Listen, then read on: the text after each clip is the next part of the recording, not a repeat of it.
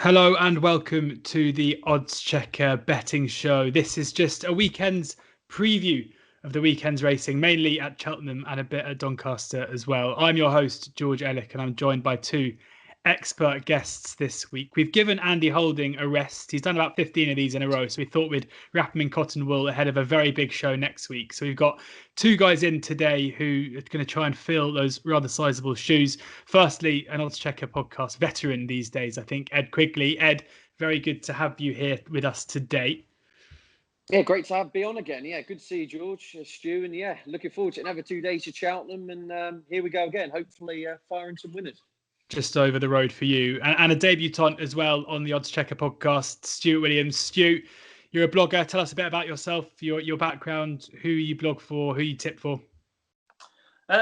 Basically, I got into racing about 10 years ago through a 10 to follow competition and started writing a bit through that, really try and promote the competition a bit. And then I've done a few bits and pieces for people over the years, Martin, Julian, and I write a blog for Sporting Life now, and obviously yourselves previewing the weekend racing. Yeah, been That's brilliant. what I tend to do most of the time. You've been a brilliant addition to the oddschecker roster, I must say, and anybody who wants to get all of the oddschecker tipsters columns and things as soon as they come out, and also wants the best prices, the best bookie offers, the best place terms, and everything that oddschecker can offer, make sure you do download the oddschecker app before listening to this podcast or watching this. It's the perfect companion to do so. You can follow the races as we go through them as well. So do download the app now, and a good place to read Stu's column as well, which, as I say, has been a fantastic addition to the site. We're going to get cracking then with Friday's racing at Cheltenham. We're recording this at about 11:30 on Thursday, so about 24 hours before racing gets underway. In fact, 24 hours and 6 minutes, Ed. That'll be the first race jumping at Cheltenham. You live a stone's throw away from the course, so it makes sense. I actually want you to kind of go outside and maybe prod your garden grass a bit, just to tell us what the going's going to be like this weekend. No, absolutely. Now, we were having a similar conversation, weren't we, for the November meeting, George, where on the Friday, if I remember rightly, it was more or less good ground, and then the rains arrived, and it was pretty testing by the time the Cheltenham Chase came around. I think we're going to have, not to quite to that extent, but do keep your eyes on the weather. Depending on which weather forecast you look at again, there's 8 millimetres of rain forecast on the Thursday night into Friday, and it's supposed to drizzle all day Friday. So you think the conditions are only going to deteriorate as the day goes on Friday, and then going into the Saturday, it's supposed to brighten up and be a bit breezy and clear. So I do think that the softer ground, if you like, will be on the latter part of the Friday afternoon. But again, something if you're worth bearing in mind when you're placing your bets. It says good to soft, good in places at the time of recording now. There's every opportunity if they get the high end of the rain forecast, that could be genuine soft ground by the Friday. But weather forecasts, as Michael Fish knows, they're guessing games. So let's leave them alone. Absolutely. Well, the first race we're going to preview today, we're going to skip straight over to the 150, which is the rerouted Peterborough, or to give it its full name, the Fitzdares Club loves the Peterborough Chase, over 2.5 miles at Cheltenham rather than Huntingdon. And we have Top Notch, who is the 4-1 favourite, ahead of Kalashnikov and Mr. Fisher and Clondor Castle, who are all in behind at 5-1. Fagnon d'Estrival is 11-2, Dolos at 13-2, Glen 14-1, Bun Doran 20-1. Ed, you're the seasoned pro here, so you get first run for the opener. Great to see the race still taking place, even albeit at Cheltenham. Trappy affair though, betting wise. Yeah, absolutely. Trappy affair betting wise, and official figures suggest it's a trappy affair as well. If you take the lowest rated out of this Glen Forster, who's officially rated 151. I mean, you've got 7 horses separated by £6 on official figures. So that kind of tells you all you need to know about this. And I suppose the place to start is with Top Notch, your market leader. Poor little Top Notch has been undone, unfortunately, I think, by this race being rerouted to Cheltenham. I mean, look, it's great. The race is on. I'm really looking forward to seeing it. But Top Notch is form on flat tracks. It's supposed to be Huntingdon's, your Kemptons, your Aintries is brilliant. He's 0 from 5 at Cheltenham. And I just suppose that's your negative, if you like.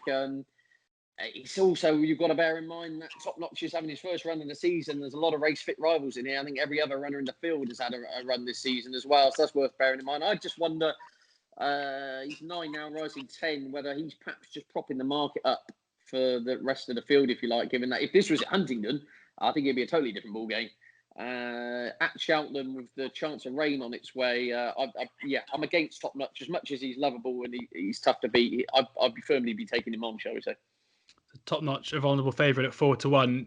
Stu, before we get your thoughts on the race, I mean, what do we make? We've got Mr. Fisher here and Top Notch. I mean, what do we make of Nicky Henderson's form coming into this weekend? I mean, obviously struggles last weekend, a few horses not really running to form.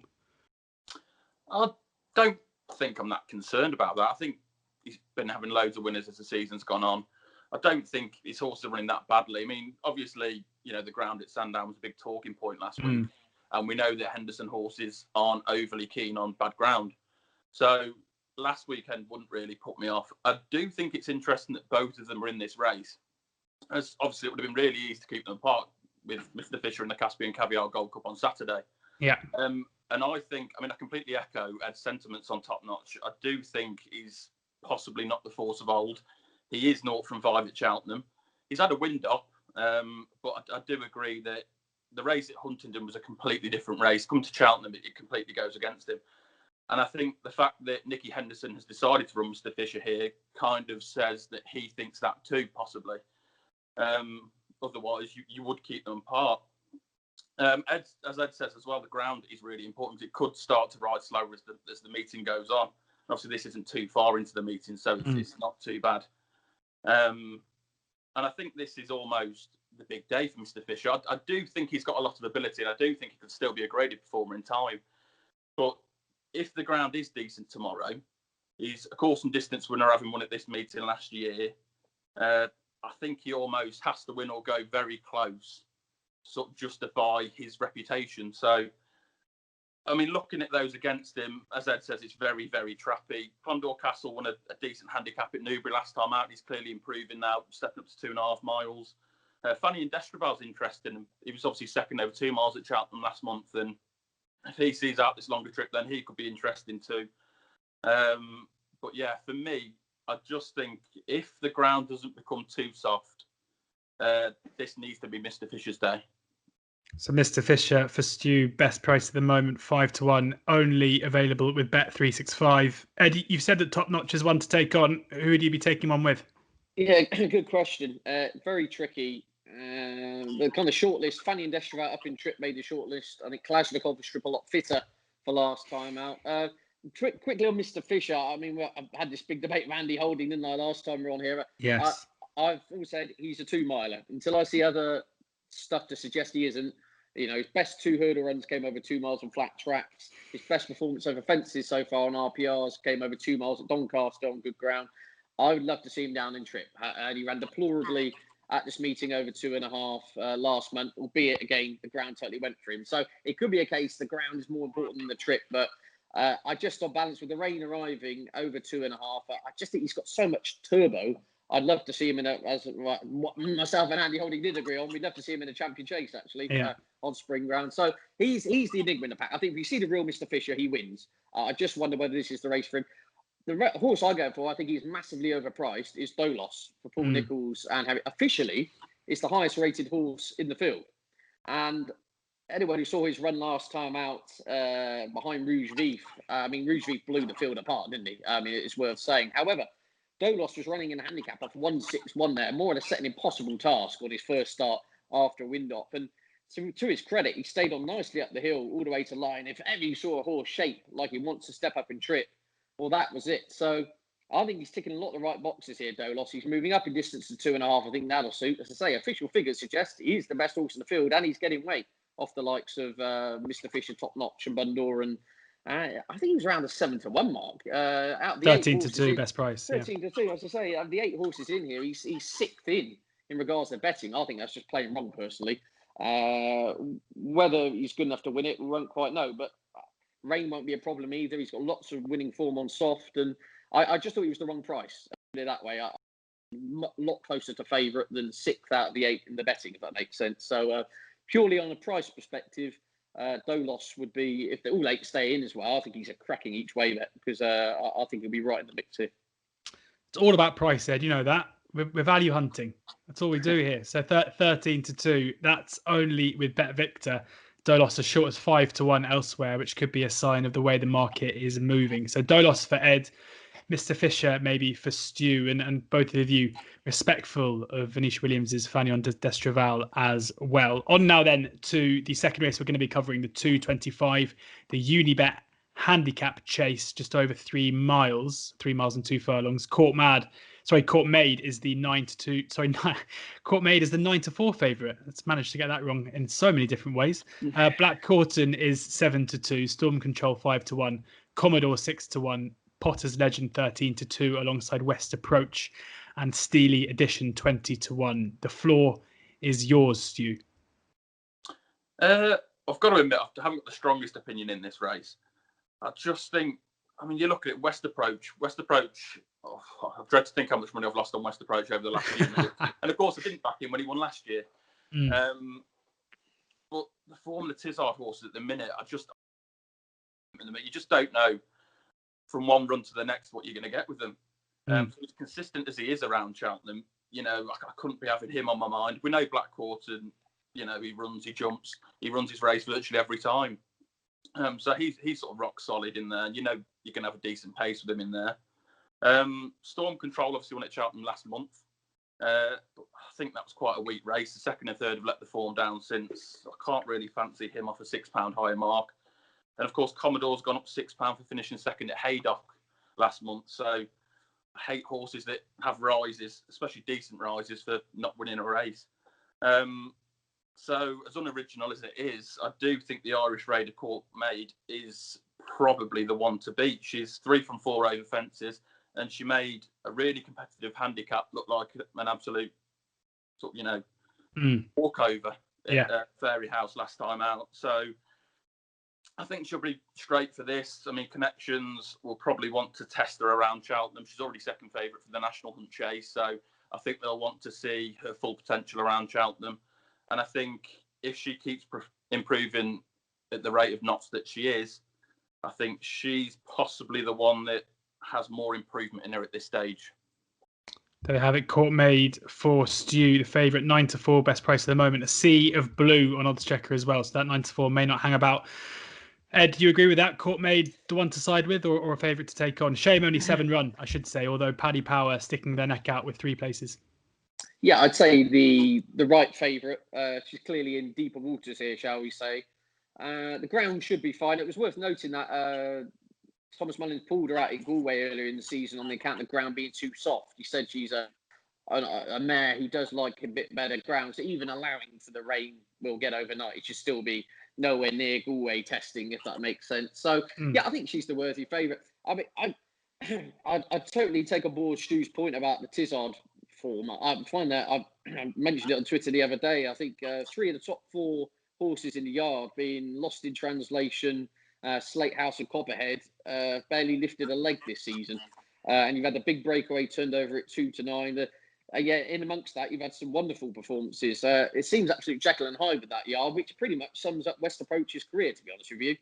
He ran absolutely deplorably here last time out. Yet, if you go back to the October meeting, he was sandwiched between Frodon and Cloth Cap, and that form looks absolutely fantastic, doesn't it, on the basis of that? And he was sent off 7-2 in this last year, and finished third off £2 higher. And purely on handicapping terms, he's right in the mix again. And I know I'm a boring old moody person who goes on about prices, but again, he's the sixth in here out of 7.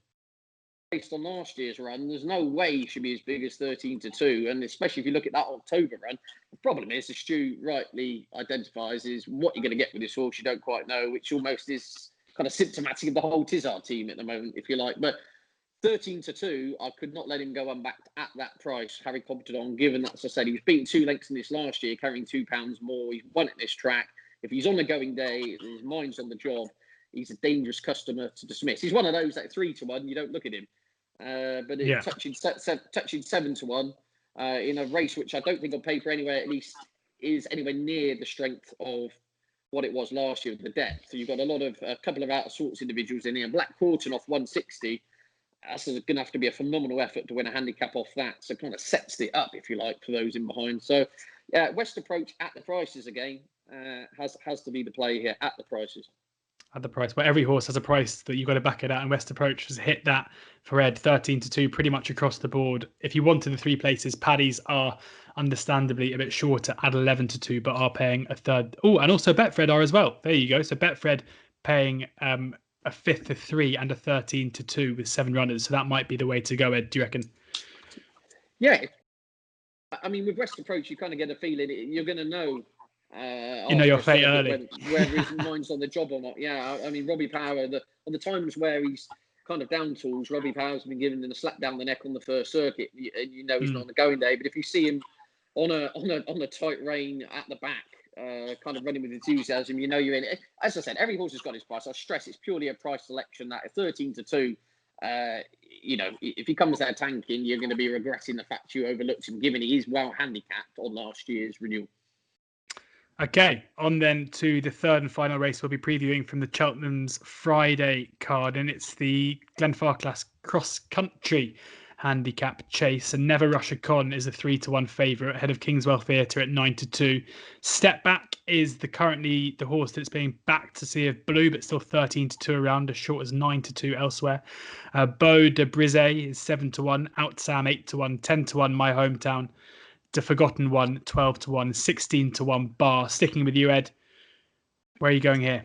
Interesting, yeah. I'm going to take on Never Rush a Con and Step Back. I'm just not sure this is the course for Never Rush a Con, as good as the horse is. And Step Back is clearly in good form at the moment. It does look an intriguing contender. He's a kind of revitalised 10-year-old, if you like. But I'm going to go for a horse that, I mean, he hasn't won since Tudor times, but Out Sam for Gordon Elliott and Sean Bowen is definitely of interest in here, purely because he's been placed the 2 times he's run at this venue over the course of distance. He was third in this meeting last year, third in this race last year at this meeting, off a £3 higher mark, and he finished third at the Cheltenham Festival in this race. And of course, the horses ahead of him that day were Tiger Roll and Easy's Land, admittedly well beating him behind them, but there's nothing of that calibre in here today. And so I've mentioned it's been a long time between drinks for him, but realistically, this is the most realistic chance he's had of winning a race of this nature, if you like. And as I said, he's one of those horses who seems to come alive around the idiosyncrasies of this setup for whatever reason. You get horses like it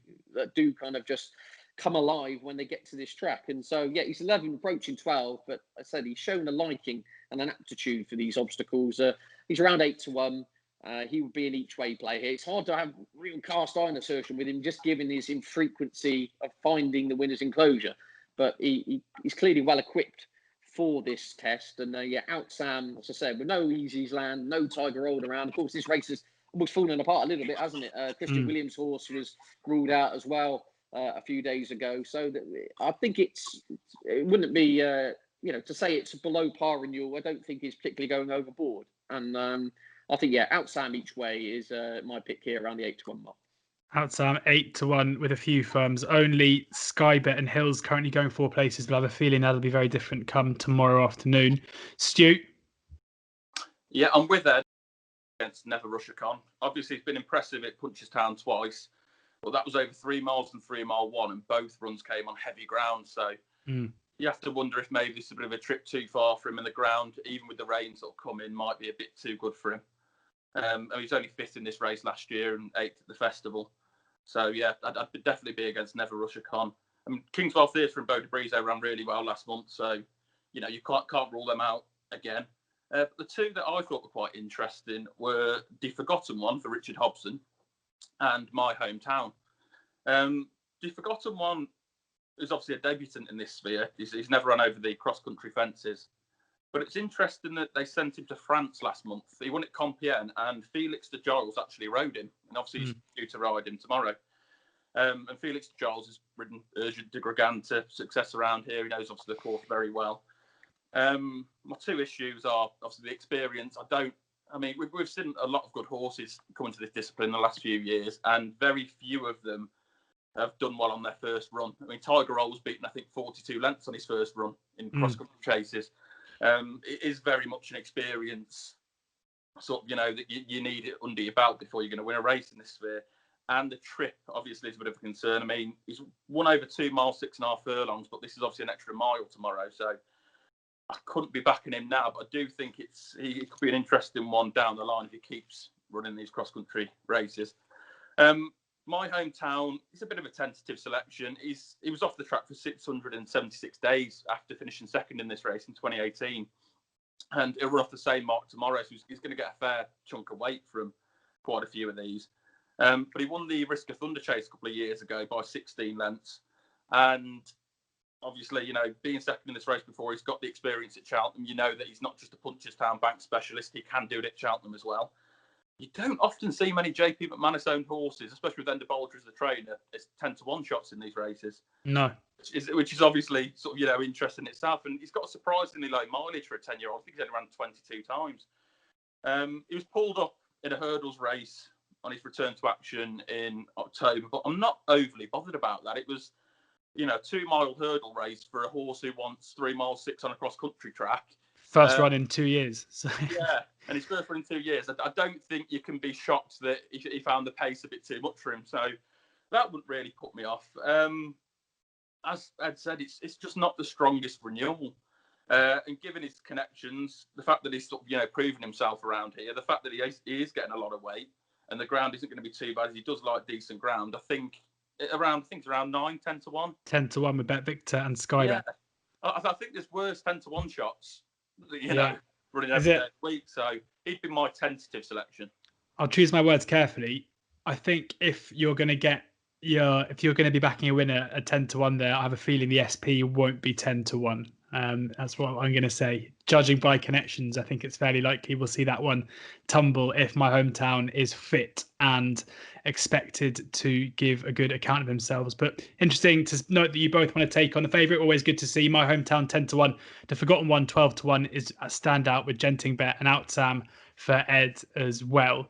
On now to Saturday's racing, and as I mentioned, it's just before midday on Thursday, so we've just had final decks. The markets are reforming as we speak. Thankfully, there are a couple of bookies who've come out with their early prices, but it does mean that if you're listening to this in a couple of hours' time, and the other books have come out and the market's reformed a bit more, these prices might be a little bit, might be a bit out of date, but we'll do our best, and fingers crossed the insight doesn't date as badly as the prices. But we'll start off with the Caspian Caviar Gold Cup, and Bet365 have come out with their early prices here, and they've got Master Tommy Tucker as the 5-1 favourite ahead of Windsor Avenue at 6-1. Cepage and Al Dancer 7-1 in behind, and Cool Cody with Midnight Shadow and Chatham Street Lad both 12-1, 14-1 bar.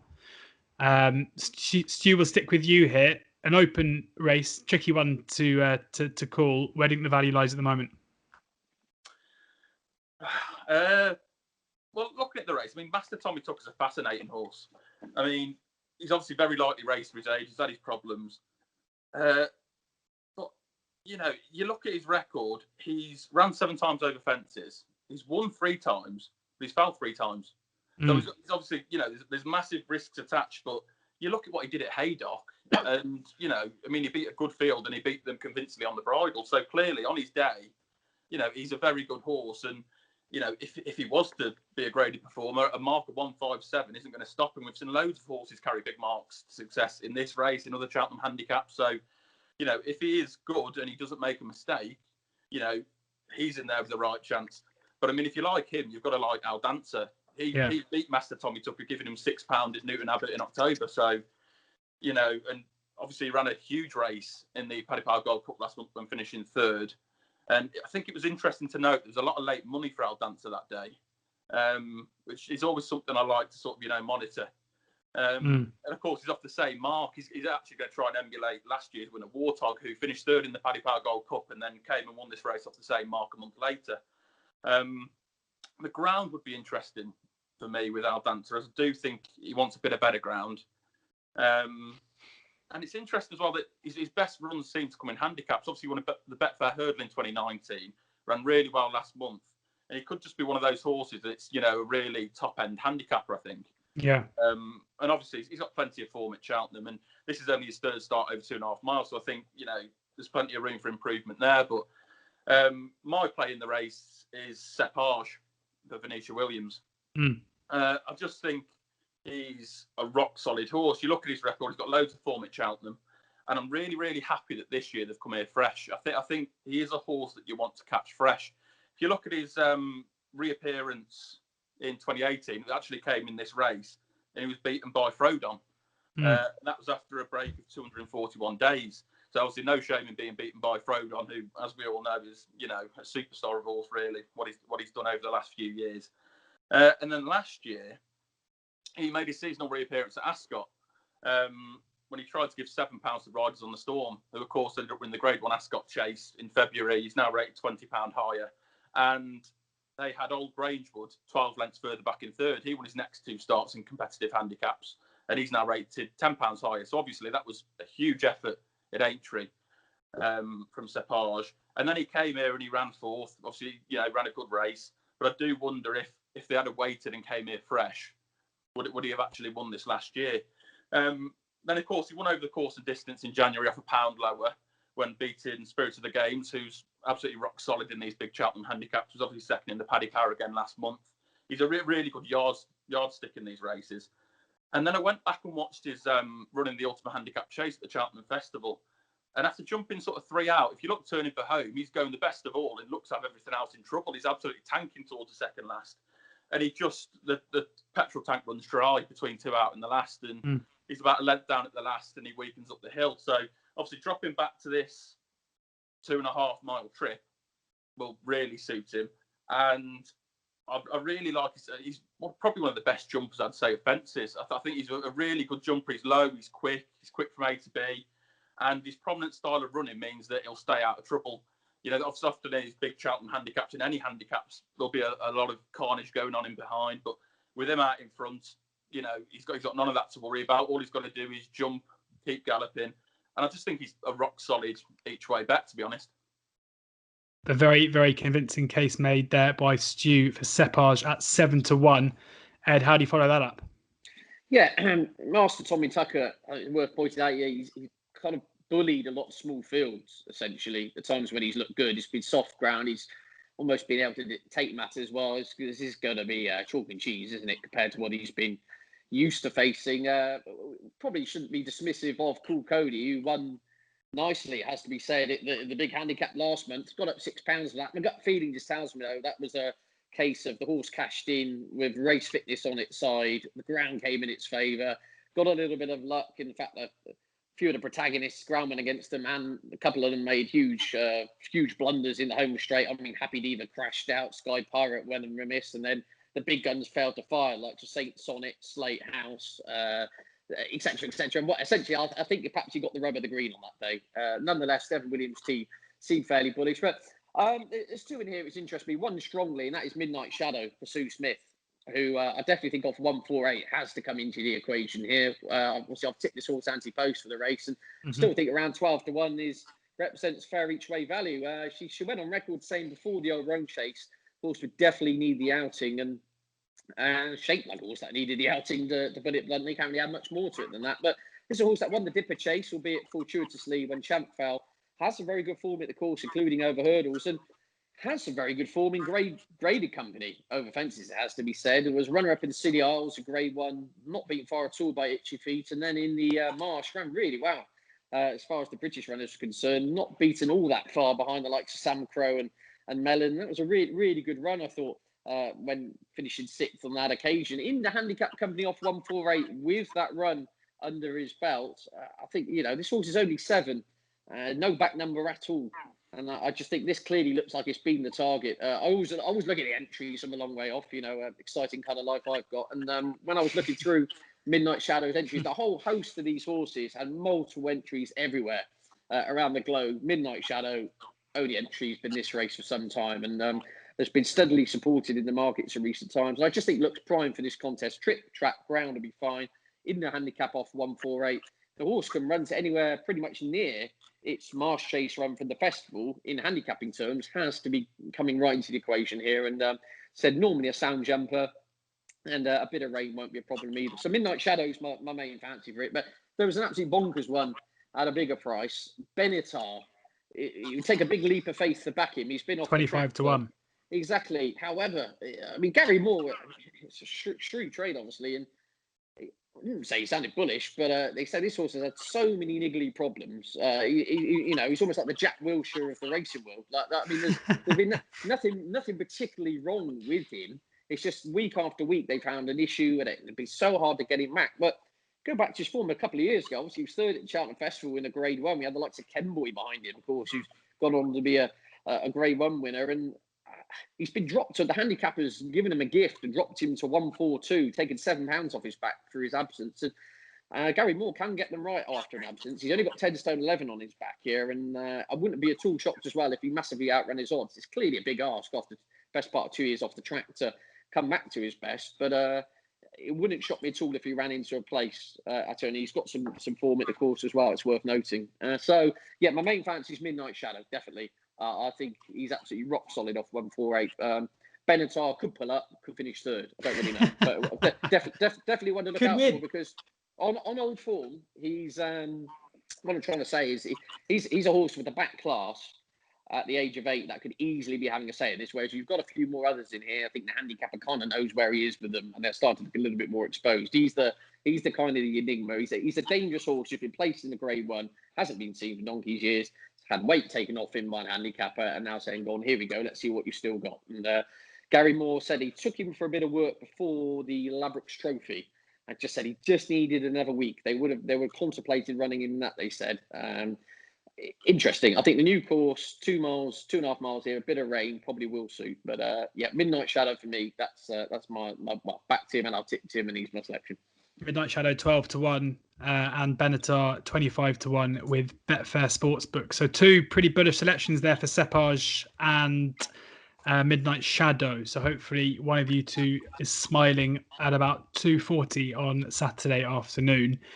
We'll move on now. Actually, I think it's a bit earlier than that. I hope you're smiling at 2:40 as well. We'll move on now to the Albert Bartlett Novices Hurdle. And I've been scrambling around the bookmakers trying to find anyone that's priced this up. And literally in the last 5 minutes, Unibet have been my saviour and have put their prices out. So we've got 8 runners, and Ashtown Lad is the early 5-2 favourite ahead of Dan at 100-30. Winhouse 9-2. Asker Honeybee 11-2. Make Good 15-2. Pat's Fancy 9-1 alongside Took the Lot, and Promising Milan is 40-1. Ed, sticking with you, if you've caught your breath. Yeah, this is a race I will sum up in 30 seconds. I've not had a bet, won't be having a bet. I find a lot of these races, these unexposed novices, I often take as a watching brief. I mean, seven in the 8 of the field were last time out winners. There's a lot of guesswork, I think, involved here personally. Again, I know it's embryonic stage of their careers, but official figures are suggesting, you've got 131, 131, 130, 135. What they've achieved to date are all much of a muchness. Now, 1 or 2 of these are going to spring and kind of go to a new level. Who they are, I don't really know. If you had to force me, Danny Kerwin, I thought was pretty impressive last time out. It's a horse, again, who's had so many problems. Paul Nichols said one of the most talented horses he's had in his yard for 2 years, but just picks up problem after problem, but does shape as though he wants to stay in test these days. So I haven't had a bet, probably won't. But if you force me, Danny Kerwin, he shapes like he wants 3 miles these days, and Cobden and Nichols would probably get my tentative vote. Danny Kerwin, the tentative vote. Stu, have you got anything more bullish? Like Ed says, it's a tricky old race when you look at it. There's not a fat lot that jumps off the page. I thought Make Good is an interesting one, just from the point of view that Richard Johnson and John McConnell teamed up to land a novice hurdle at Cheltenham in October. Streets of Doyen. So, John McConnell isn't, against sending over a horse he thinks he's got a good chance of winning. So this is possibly worth a market check. Nigel Twiston Davis won the race last year with Redford Road, and I think Took the Lot could be quite interesting. He was in need of the run when placing second on his hurdles debut after 375 days off the track, and he's won his 2 subsequent starts quite well. Again, the market might be sort of the best guide as to how he'll go. Winhouse, who's getting weight from all, she beat a subsequent dual scorer on a hurdles debut. And she displayed a good attitude, to be fair, last time out when defying a penalty. So, she's sort of, getting weight from all, and, she could probably outrun a price. But I think there was one I was quite keen on. But I'm not so sure now. As Promising Milan? Paddy Brothers decided to go to Doncaster instead. So that kind of tempered enthusiasm slightly. But Asker Honeybee actually beat the favourite Ashtown Lad on his hurdling debut at Wetherby in October. And then he went to Exeter and was narrowly beaten by a horse called Bob Hope or No Hope. And Bob Hope or No Hope actually defied a penalty next time out. So, that's not a bad piece of form in itself. Asker Honeybee then went to Newcastle. And I think this is a race that if Paddy Brennan could ride it again, he would probably snatch the opportunity and he'd ride it slightly differently, as he gave Asker Honeybee a really confident ride. And in all fairness to him, he'd have got away with it, but for a mistake at the second last. And so, Asker Honeybee landed on all fours, lost probably 2 or 3 lengths, and ended up being beaten the neck. Stayed on like an absolute train after the last, and another yard even, and he might have been in front. So this step up in trip obviously bodes well with that in mind. That was 2 miles 6 that day, so an extra couple of furlongs, that bodes quite well. Like I say, the only negative is that Paddy's gone to Doncaster, but having said that, he did have 3 rides at Doncaster, only the one at Cheltenham, and Conor Brace is a good jockey in his own right, so it's not really a negative. And I think the last prices I saw he was about 5-6 to 1. And yeah, 5-6 to 1. I mean, they thought he was good enough to compete in the Champion Bumper in March. So, yeah. I think at the prices, I'd be playing Asker Honeybee. Asker Honeybee 11 to 2. Not many shrewder operators around, especially at Cheltenham and Fergal O'Brien as well, his local course, and I'm sure he'll be hoping for a big run from Asker Honeybee. On now to the international hurdle. We've got 3 more races to cover. This is the last one at Cheltenham, and then we're going to nip off to Donny. We're allowed to. COVID restrictions don't prevent us from going to 2 courses on the same day. But we're going to kick off with the international hurdle, and the favourite is Goshen. Goshen's return to Cheltenham could be very interesting indeed. 5 to 2 favourite ahead of Chitabello, 11 to 2. So Royale the same price. Song for Someone 6 to 1. Silver Streak 8 to 1. Ballyandy 9 to 1. Call Me Lord 12 to 1. Somerville Boy and Verdana Blue both 14s. Stormy Island 18s. We have to start with Goshen. Broke my heart last March. I'm not in any way over it. I had to sit on a bench on my own just outside the parade ring for about 25 minutes after that before going and basically bringing down the whole Guinness Village on my own. We've all been there, George. We've been there. As you can tell, it was it's kind of my biggest bet of the week, and I was literally watching. Yeah. Anyway, let's not get into that again, eh? But what do we make of Goshen? Because it should have been one of the most iconic kind of Cheltenham winners we've seen in the last few years. The way that turned and came up the hill so far clear. Obviously, the freak accident, which Gary Moore has said this week that he is happy to, he doesn't want to be asked about it anymore. He's put it out of his mind. It's not going to happen again. But a couple of pretty disappointing runs on the flat as well over the summer. A one time amongst the favourites for the Champion Hurdle. The Champion Hurdle is apparently still the aim, so long as he shows that form and wins here, Ed. Where do we rank Goshen, and could we possibly be getting involved at 5 to 2? Not myself at 5 to 2. It's a bit of a crossroads moment for him, isn't it? Really, traditionally it's very hard for the juvenile crop to kind of go on to the next level. Obviously, Catchit managed to do it, and to a large extent, Our Connor did it. Obviously, his ill-fated fall at the Cheltenham Festival, but as you say, George, 2 very lacklustre runs, I thought, on the flat. I mean, you can prepare to take those with a pinch of salt, but this horse, he's just had, again, little niggly problems, hasn't he? I think he's had 2 bad scopes recently. Originally they were looking at Wincanton, then they were looking at the Greatwood. They were looking at him to run recently. Now he's turning up here, all being well, touch wood. And I just think at 5 to 2, you've got to take him on. I don't think the Triumph Hurdle was particularly strong. He's in against some real seasoned campaigners here. He is still the exciting horse, isn't he? He's the one you still want to see perform, give that moment of brilliance. And there is obviously every opportunity you could do that. But he's in much deeper waters here today. And I just think on balance, again, I'm just coming to a price angle in here. There's not a lot to separate a lot of these. There's some horses in here who've reached high levels of form and arguably are still better if you go by official ratings. And I just think on balance at his price, you've got to take him on. I just worry. I get nervous about backing juveniles. If he shows signs of encouragement and say he runs well in defeat, then at least you kind of know he's up to this level. And then I would be interested with targets going further forward. But I think we'll get a good idea where we are with him after this race, and at his price, not for me. Not for you. We'll talk about the rest of the field in a second. But Stu, just want to pose you the same question. I mean, Gary Moore said this week that he's the best horse he's ever trained. And when you think back to the likes of Cider Grugy and things, that's no, sorry. Yeah. I mean, it's no mean feat. It's pretty big praise, you have to say. Yeah, it's high praise indeed. I mean, obviously he's had a lot of good horses come through his hands, and they're clearly very, very keen on Goshen. But I would echo Ed's sentiments. I'm completely against him tomorrow. I think you've got to, Saturday, Yeah. sorry, I think you've got to be.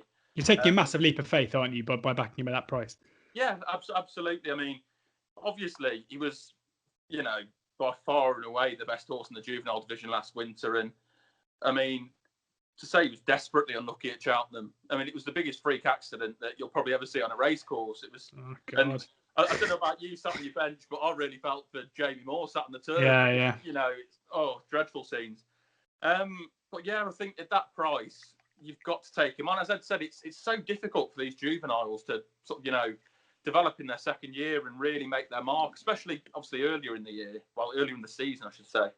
I mean, obviously, if he'd have jumped the last, he did jump the last. If he hadn't had the freak accident, he'd have run out a very good run of the Triumph. And I sort of took a look back through the Triumph winners, and you have to go back to 2012 to find the last Triumph hurdle winner that actually won a race on his seasonal debut against open company, in open company, and that was Countrywide Flame. It was a bit of a surprise winner of the Triumph that year. And in all fairness, he won the Grade 1 fighting fifth hurdle at Newcastle. But the second was Cinders and Ashes, who won the Supreme that year. And sadly, Cinders and Ashes wasn't the same horse and never actually won another race. So, yeah, I think that just goes to show you how hard it really is for these juveniles in their second year. Even Defi DeSoy, who was 7 from 7 in his juvenile year and won 3 Grade 1s, struggled in his second season over hurdles, and albeit Philip Hobbs had a poor season that season, but it does go to show that, these juveniles can have a bit of a tough time in their juvenile year, and sometimes they're feeling those effects coming into sort of, their first year in open company. I've obviously, beaten on the flat twice. This is hurdles. He's obviously much better over hurdles. We know that, but I do think, he was 6th of 6 at Goodwood, and that was, really quite disappointing. Beating it 2-5, beating it even money. And the 3 missed runs this season do really concern me. It's not ideal, is it, when you're having a horse sort of scope badly before you want to run him, twice. And I just think there's other more solid runners in there at bigger prices that, you'd want to take him on with, to be honest. So, yeah, I can't be backing him on Saturday. Okay, so we're against Goshen. Let's talk about the field now. Stu, who are you siding with? Obviously, there's a lot of solid ones in there. So Royale's been making hay while the sun shines. He's had a fantastic start to the season, winning the Welsh Champion Hurdle, winning the Grade 2 at Wincanton. And in all fairness, he was a bit unlucky to be left in front at Newcastle. I don't think he'd have beat Epton, obviously, whatever happened. Epton was amazing on the day. Yeah. But obviously, he's in really good form. Obviously, the rain is the issue. If Cheltenham does have a fair bit of rain, we all know that he's got a real turn of foot on good ground, but he needs that good ground to show it. Silver Streak's rock solid. Looked as good as ever when winning what I like to think of as his listed race at Kempton in October. It's one of the last couple of years. So he's as good. And looking at last year's race, obviously Call Me Lord beat Ballyandy, and Chittabello was a close-up third. And Chittabello was actually £10 better off with both Ballyandy and Call Me Lord on Saturday. So you've got to give him a bit of a chance. But I think looking through the race, it's full of solid performers. And I think there's 2 that do have the ability to sort of improve past what they're doing at the moment. Obviously, one is Goshen, but as I've said, I can't be with him tomorrow. And I think the other one is Song for Someone, who was really progressive last season and obviously ended up winning the Grade 2 Kingwell Hurdle at Kempton towards the end of last season. And Tom Simons has enjoyed a real purple patch, sort of, the last month or so. And Song for Someone played his part in that when winning the Coral Hurdle at Ascot. And I was really, really impressed with that. He won the race really well. But what really impressed me was his sort of, quick, slick hurdling. He was really neat and tidy at his hurdles, quite indicative of like a 2-mile hurdler. And he was really quick away from them as well. And obviously he beat Call Me Lord, who was second in that race last year, before he come and won this race. But he beat him hands and heels. His leap at the last was majestic, and he just careered away. Yeah. And I just think that, he is still on the up. I think coming obviously to Cheltenham, obviously he's dropping back in trip for this. But Cheltenham, 2 miles around Cheltenham's a test of stamina anyway, as we know. And obviously Goshen doesn't like to hang about. So he'll sort of, make sure that the races run at a true gallop. And Stormy Island as well. I mean, she normally likes to go forward. So it could be interesting if they sort of, contest the lead, and they could end up cutting each other's throats to a certain degree and leaving it for the field. And I just think if Song for Someone can jump as well as he did at Ascot, he'll keep himself nice and handy, just behind the pace. And I think he could be the one to benefit most. So, yeah, my vote's for Song for Someone. Song for Someone, the selection there for Stu. Ed, who are you fancying to take on Goshen? Yeah, it's a good question. I'll just slightly retract my statement on Goshen regarding the Triumph Hurdle form. It's not all that bad. In fact, All Mankind and Aspire Tower come out of it. But the sentiment remains regarding juveniles. I'm worried about it. It's a fairly odd race. I mean, Song for Someone did win well at Ascot last time out, but the race was a 300 race. Obviously, the Arena ran no races, retired since. And Call Me Lord ran very flat, I thought. So what to make of that, I'm not quite sure. However, the horse is progressive. It's interesting listening to Tom Simmons' interview. He said rain is the key here. The horse is much better with substantial give underfoot. When he ran at Kempston to beat Diego de Charmille, they said that I think it was officially good to soft. And I think they said that's as quick as he'd want it. So do keep your eyes on the weather. They'll be hoping that the top end of the weather forecast does arrive, if you see what I'm saying, for his chances. But it's a muddling affair. On balance, I'd probably go with Chitabello, who's got the course and distance form, was only 3/4 of a length behind Song for Someone in that aforementioned race. Was trying to give him £4 on that occasion. We'll get 6 from him here today. Ran really well last time out. I thought Chitabello did behind Somerville Boy, where over 2.5 miles, he travelled really well for a long way. And then just the petrol gauge came on, in my view, in the final furlong at Aintree there. So I think coming back to 2 will suit. And again, it's another one of these races where if you look at official ratings, it's a bit like the renewal of this last year, where you can almost throw a blanket over a lot of these. And there's a few horses in here on retrieval missions.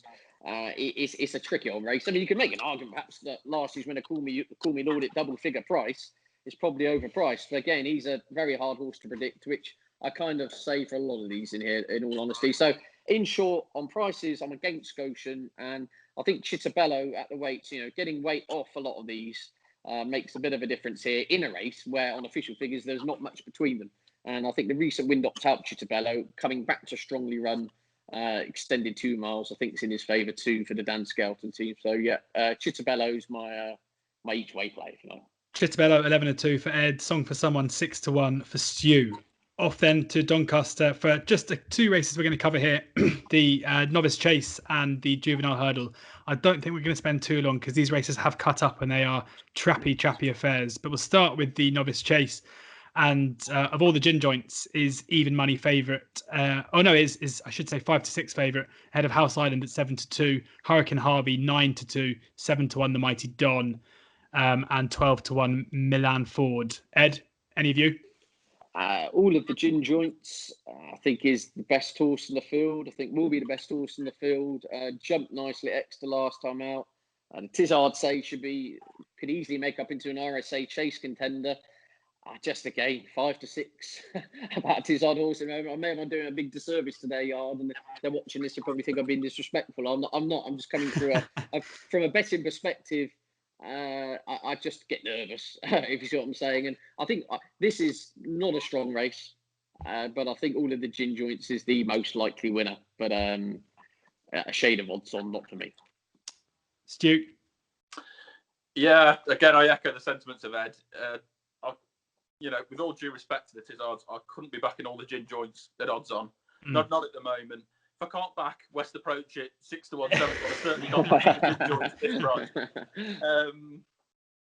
Paddy Brennan, I mentioned earlier that Paddy Brennan's gone to Doncaster, and I do wonder if Hurricane Harvey's the main reason he's gone to Doncaster.